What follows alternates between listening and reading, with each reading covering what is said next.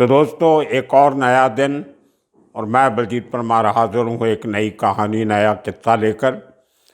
आज आपको एक बार वापस फिर कराची लेके चलते हैं। पिछले 2 दिनों में आपने गुटखा के बड़े मालिकों की आपसी लड़ाई का किस्सा सुना। कैसे दाऊद इब्राहिम ने दोनों का फैसला करवाया, कैसे वहाँ पे एक गुटखा बनाने की फैक्ट्री लगी जहाँ पे फायर ब्रांड के नीचे आग जिसको बोलते हैं हम, वो गुटखा बनाया जाने लगा जो दाऊद का छोटा भाई अनीस इब्राहिम चलाता था। अब इसके आगे उसके बाद आपने दूसरा किस्सा सुना जगदीश जोशी की फैमिली का, उनके बिजनेस का। और इस लड़ी में आज तीसरा हिस्सा जो है वो मैं आपको सुनाता हूँ। इस गुटखे की लड़ाई एक और जान लेके जाती है, लेकिन वो जान कराची में जाती है और वो जान किसी और की नहीं, उस शख्स की जाती है जिसका किस्सा मैं आपको बहुत बार सुना चुका हूँ, जिसका नाम था शमशेर खान पठान उर्फ शरीफ खान उर्फ छोटा दाऊद। ये बहुत बड़ा कंट्रैक्ट किलर मुंबई का, जिसने अनऑफिशियली कहा जाता है कि 100 के ज़्यादा जिस शख्स ने मर्डर किए थे पठान था, समद खान का दोस्त था। और उसके बाद दाऊद इब्राहिम के साथ जो पठानों की लड़ाई चलती थी, उसमें जिन लोगों ने पठानों को मारा था उनका बदला लेने के लिए इस आदमी ने दाऊद के और इंडिपेंडेंट जो गैंगस्टर थे, कंट्रैक्ट किलर थे, उनको काफ़ी लोगों को मारा। उसके बाद जब पठान गैंग और दाऊद गैंग का समझौता हो जाता है 1987 में, तो एक हिसाब से पठान गैंग की एक्टिविटी जो होती है वो बंद हो जाती है। कोई शख्स किसी किस्म के अंडरवर्ल्ड के धंधे में नहीं रहता। करीम लाला बुजुर्ग हो गए होते हैं तो एक शांति की ज़िंदगी जीना चाहते थे। उस समय पे शरीफ खान जो था, जो छोटा दाऊद, ये एक तरीके से बेरोज़गार हो गया। उसके बाद वो मुंबई छोड़ के अहमदाबाद जाता है और वहाँ पे लतीफ़ के साथ मिलके काम करना शुरू करता है। और वहाँ से लतीफ़ के थ्रू वो दाऊद इब्राहिम से डी कंपनी के करीब आ जाता है। और अहमदाबाद का किस्सा मैंने आपको सुनाया था, जब शरीफ खान और उसके भाई ने एक जुआ के क्लब में जाके 9 लोगों को AK-47 से अंधाधुंध गोलियां चला के एक ही कमरे में जुआ खेल रहे 9 लोगों को मार दिया था। वो बहुत बड़ा किस्सा था, बहुत बड़ा हादसा था गुजरात में। वो किस्सा भी मैं आपको सुना चुका हूँ।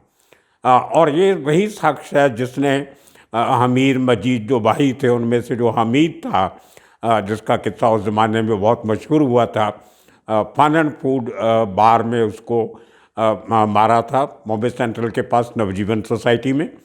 वही नवजीवन सोसाइटी जिसमें मटका किंग रतन खत्री रहा करता था। तो वो इस किस्म का शार्प शूटर, शातिर दिमाग बहुत बार पकड़ा गया और हर बार जेल से भाग जाता था। और बेल पे आना तो वापस नहीं जाना, एक जगह से दूसरी जगह लेके जाना है तो पुलिस कस्टडी से भाग जाना। और उसके बाद वो जब लतीफ़ की जो अनक्राउंड किंग था गुजरात के अंडरवर्ल्ड का, उसके एनकाउंटर के बाद शरीफ एक बार फिर बेरोज़गार हो गया। मुंबई वापस आके वो ड्रग के धंधे में जाता है। बड़े लेवल पे उसने ड्रग का धंधा शुरू किया। और एक बार बांद्रा इलाके में, जो मुंबई का इलाका है जिसको बांद्रा कह देते हैं हिंदी में, बहुत पॉश एरिया है, वही एरिया जिसमें फीलू खान बड़ा हुआ, वही एरिया जिसके नेशनल कॉलेज में शोले फिल्म का अमजद खान वो नेशनल कॉलेज में पढ़ा। तो वही कॉलेज जिसमें कॉलेज से वो शीना बोरा को वहाँ से गाड़ी में बिठाया जाता है और बाद में उसका मर्डर होता है। तो बहुत किस्म से कई कारणों से बांद्रा बहुत मशहूर इलाका है मुंबई का। हाई एंड होने के लिए अमीरों की बस्ती चलते हुए वहाँ से ड्रग डीलर जो हैं बहुत से निकले। तो अमीरों की बस्ती होते हुए वहाँ से बहुत सारे क्रिमिनल्स, ड्रग डीलर्स, इस किस्म के लोग जो हाई एंड सोसाइटी को केटर करते थे, वो इस एरिया से निकले और उस एरिया में बड़ी ड्रग की खेप के साथ वो पकड़ा जाता है। नारकोटिक्स कंट्रोल ब्यूरो एनसीबी उसको पकड़ती है। उसके बाद उसके घर की तलाशी में तकरीबन 150 किलो ड्रग जो है वो बरामद होती है और शरीफ खान फिर पकड़ा जाता है। छोटा दाऊद फिर सलाखों के पीछे। छोटा दाऊद का ड्रग के बिजनेस में जाने का एक कारण ये भी था कि उस समय मैदान खाली था। जो उसके पहले के जो बड़े ड्रग डीलर थे उस इलाके के, वो इस दुनिया में नहीं रहे थे।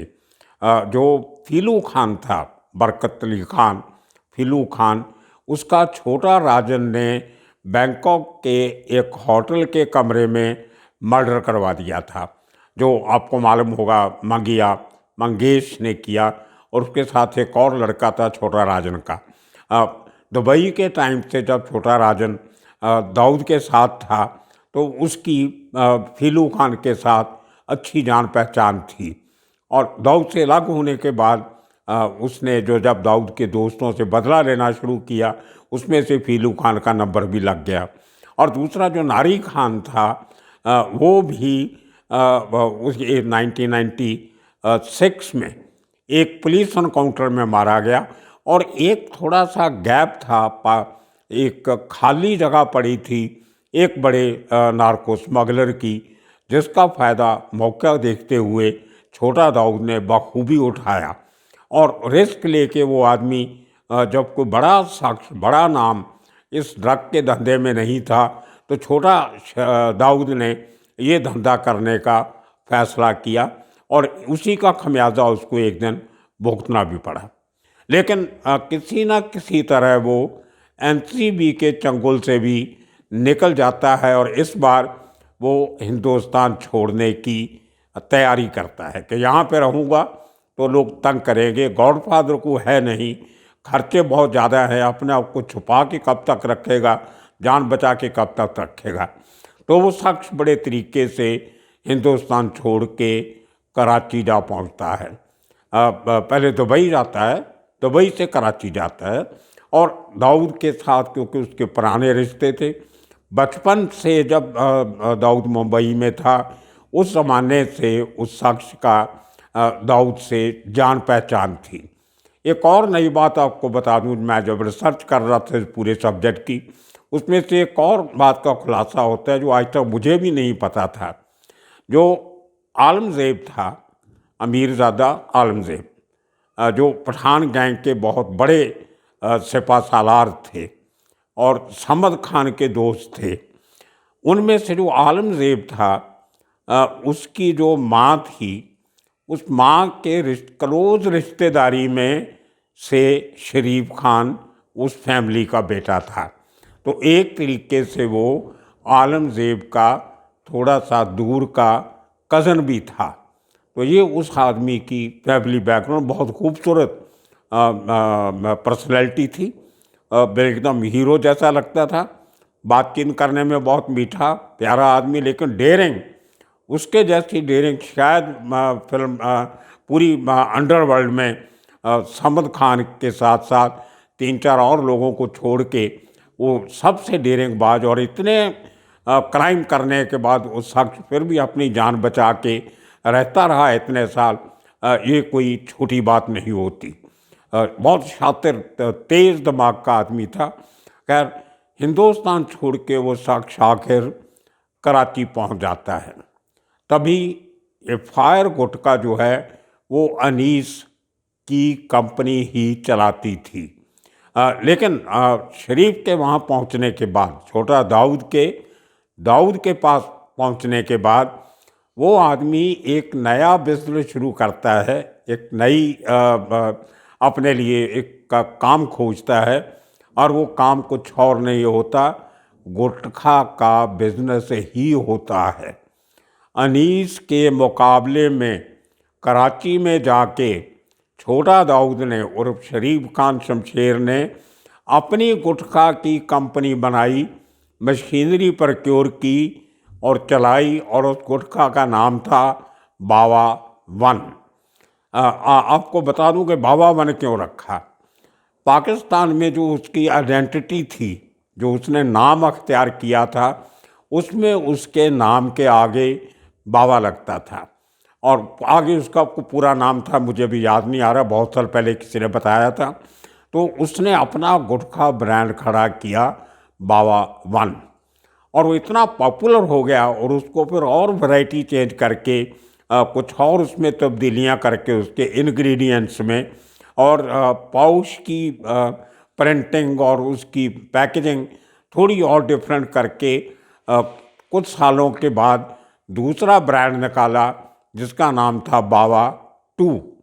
तो फायर अनीस का चलता था, लेकिन उसके बाद बावा वन और बावा टू आने से अनीस के बिजनेस पे बहुत असर पड़ा, लेकिन वो कुछ कर नहीं सका क्योंकि दाऊद, छोटा दाऊद शरीफ, वो दाऊद बड़े दाऊद के साथ उसकी बहुत अच्छी बनती थी, लेकिन उसका इतना पैसा कमाना, दाऊद के नज़दीक रहना, अनीस के बिज़नेस को नुकसान पहुंचाना, उसके लिए कहीं ना कहीं दाऊद गैंग के कुछ लोग उस शख्स के खिलाफ कंस्पिरेसी करने लगे। कंस्पिरेसी करने के चलते हुए आपस में लड़ाई झगड़े शुरू हुए। वहाँ पे उसने जाके शादी भी की कराची में जाके, और बच्चे भी हुए उसके, मुझे बताया मेरे सोर्सेज ने। बहुत अच्छा घर लिया उस आदमी ने, लेकिन उसने कभी ये एक्सटॉर्शन ये वो इसका कोई काम नहीं किए। He was always a hard core contract killer. पैसा दे के उस आदमी से किसको मरवाना है वो खाली उसको बता दीजिए, बाकी काम वो अपने आप खुद कर लेता था। लेकिन कराची में जाके उसने वो सब धंधे छोड़े, कोई मारा मारी इस चक्कर में नहीं। लेकिन कराची मुंबई नहीं था। मुंबई में उसको फिर भी बचाने वाले, उसकी रक्षा करने वाले, उसको पैट्रनाइज करने वाले लोग मिल जाते थे। जब वो मुखालफत शुरू हुई डी फैमिली के अंदर की, तो उसने एक दो बार कोशिश की कि किसी तरह कराची से निकल के वापस हिंदुस्तान आ सके। उसने अपने कुछ दोस्तों से जिक्र भी किया, बातचीत भी की कि मैं वापस आना चाहता हूँ, लेकिन जैसे कहते हैं अंडरवर्ल्ड की भाषा में, कराची में जाने का रास्ता एक ही है, वापस आना वहाँ से बहुत मुश्किल है। जो आदमी आज तक कराची से गया वो कभी ISI की चुंगल से बाहर नहीं निकला। शरीफ के पहले भी जो टाइगर मेमन और उसकी फैमिली, उसका भाई, उसकी फैमिली, उनको ISI ने रिहेबिलिटेट किया, वहाँ पे बहुत बड़ा बिजनेस उनको खोल के दिया। क्राउन ग्रुप ऑफ कंपनीज जो है कराची की, पाकिस्तान की बहुत बड़ी, अब तो ग्लोबली भी उनकी ब्रांचेस हो गई हैं। वो क्राउन कंपनी जो है उसका ओनर टाइगर मेमन और उसकी फैमिली है। उसी तरह बड़े लेवल पे, और गुटखा में जैसे मैंने आपको कहा, इनकम टैक्स की रेड में 1500 करोड़ रुपए की ट्रेडिंग दिखाई जाती है, ट्रांजैक्शन दिखाई जाती है। कितना पैसा होगा आप अंदाज़ा लगा सकते हो। उसने, पाकिस्तान भी बहुत बड़ा कंट्री है अपने आप में पॉपुलेशन के हिसाब से, और वहाँ पे जाके एक अपने ही एक सहयोगी के बराबर कंपनी खड़ी करके इतना पैसा कमाना उस शायद बहुत से लोगों को रास नहीं आया। तो उस लड़ाई झगड़े का अंत ये हुआ कि एक दिन शरीफ खान को मरा पाया गया। किसने मारा, क्यों मारा, कैसे मारा, ये आज तक किसी को समझ नहीं आया। लेकिन उसने कैसे वो अपनी फैक्ट्री लगाई, कैसे मशीनरी प्रोक्योर की। अनीस के बारे में हमें पता है कि जो दोनों बैरन थे, जगदीश और धालीवाल, इन्होंने उसको मशीनरी सप्लाई की, और वो तीसरा आदमी जिसको किडनैप करके लेके गए थे उसने पाउच बनाने की तकनीक दी। लेकिन शरीफ खान ने उर्फ छोटा दाऊद ने ये सब कुछ कैसे प्रोक्योर किया, कब किया ये किसी को पता नहीं। तो ये एक किस्सा मैं आपको सुनाना था। और इसके साथ साथ जो ये धंधा है पैसे का, इसमें कहीं ना कहीं ड्रग एंगल भी इन्वॉल्व होता है। आप देखिए कि पाउच इतना छोटा सा होता है, उसका इतनी उसकी पैकिंग इस तरीके की होती है कि उसकी स्मेल बाहर नहीं आती। बहुत से केसेस में एजेंसीज को इस बात का शक है कि पैकेजिंग के टाइम पे अगर आपकी टीम भरोसेमंद है तो आप वो गुटखा के पैकेजेस में आप ड्रग भी उनमें भर सकते हो। बहुत कम क्वांटिटी होती है, उसमें किसी तरीके से कैमोफ्लेज करके ड्रग भी भरी जा सकती है। तो कहीं ना कहीं इस किस्म का काम ये बड़े लोग करते हैं, हिंदुस्तान में नहीं करते हो कि बाहर करते हैं। तो ये भी एक बात उड़ी थी उस समय कि शायद कहीं छोटा दाऊद जो था वो पाउचेस में गुटखा के साथ साथ पाउडर का काम भी करता था। पाउडर वहाँ पे ड्रग को कहते हैं, ब्राउन शुगर हो या और कोई चीप ड्रग हो, महंगी नहीं, क्योंकि उसका वो पाउच जो है वो महंगे भाव पे नहीं बेच सकता, थोड़ी बहुत कीमत अच्छी रख सकता है। लेकिन बाबा वन के बाद बाबा टू वो कुछ ज़्यादा कीमत पे रखा था। तो जो गुटखा है उसके अंदर अगर बहुत थोड़ी सी क्वालिटी किसी ड्रग की मिक्स कर दी जाए तो जैसे ही आप वो गुटखा च्यू करते हो, उसको चबाते हो, तो उसके साथ साथ वो ड्रग का असर भी आपके अंदर जाता है और आपको उससे को हल्का सा एक सरूर, एक हल्का सा नशा रहता है। जैसे बहुत सारी जो मेडिसिन होती हैं उसमें जो ओपियम का उसमें इस्तेमाल किया जाता है, उसमें जो पेन रिलीफ की तौर पे ख़ास तौर पे, उसी तरह कुछ ड्रग्स ऐसी होती हैं जो आपको शरीर को ज़्यादा हार्म तो नहीं करती लेकिन एक हल्का सा नशा ज़रूर देती हैं। तो ये एक शक था जो शायद उसको उसकी जो प्रोडक्ट थी उसमें कुछ इस किस्म का एलिमेंट पाया हो, या ये भी हो सकता है कि उसके जो विरोधी थे उन्होंने उसको तंग करने के लिए या उसके बिजनेस को नुकसान पहुंचाने के लिए इस किस्म की अफवाह उड़ाई हो। जहां बड़ा कंपटीशन होता है वहां पे अफवाहें, र्यूमर मॉन्गरिंग भी बहुत होती है। नहीं भी हो तो आप एक एलिगेशन लगा दो, उसकी इंक्वायरी शुरू हो जाती है, पुलिस की रेड्स पड़नी शुरू हो जाती हैं, आपका स्टॉक पकड़ के रोक दिया जाता है। जब तक केस क्लियर नहीं होगा आप स्टॉक नहीं बेच सकते, आपकी सेल रुक जाती है, आमदन रुक जाती है। तो कहीं ना कहीं वो डिस्प्यूट कुछ इस तरह बढ़ा जिसकी अंदर की बातें कभी आज तक किसी को मालूम नहीं पड़ी। लेकिन इस इतने बड़े करोड़ों के बिजनेस में जो इतने साल बड़े आराम से चल रहा था, फायर भी बिक रहा था और बाबा वन और बाबा टू भी बिक रहा था, तो ऐसे हालात में इस यहाँ तक नौबत आनी कि छोटा स्कील का मर्डर हो जाए। और आज के दिन ये किस्सा यही ख़त्म करेंगे। आने वाले दिनों में फिर एक नया किस्सा कहानी लेके फिर हाजिर होंगे। तब तक के लिए आप सबका शुक्रिया, धन्यवाद।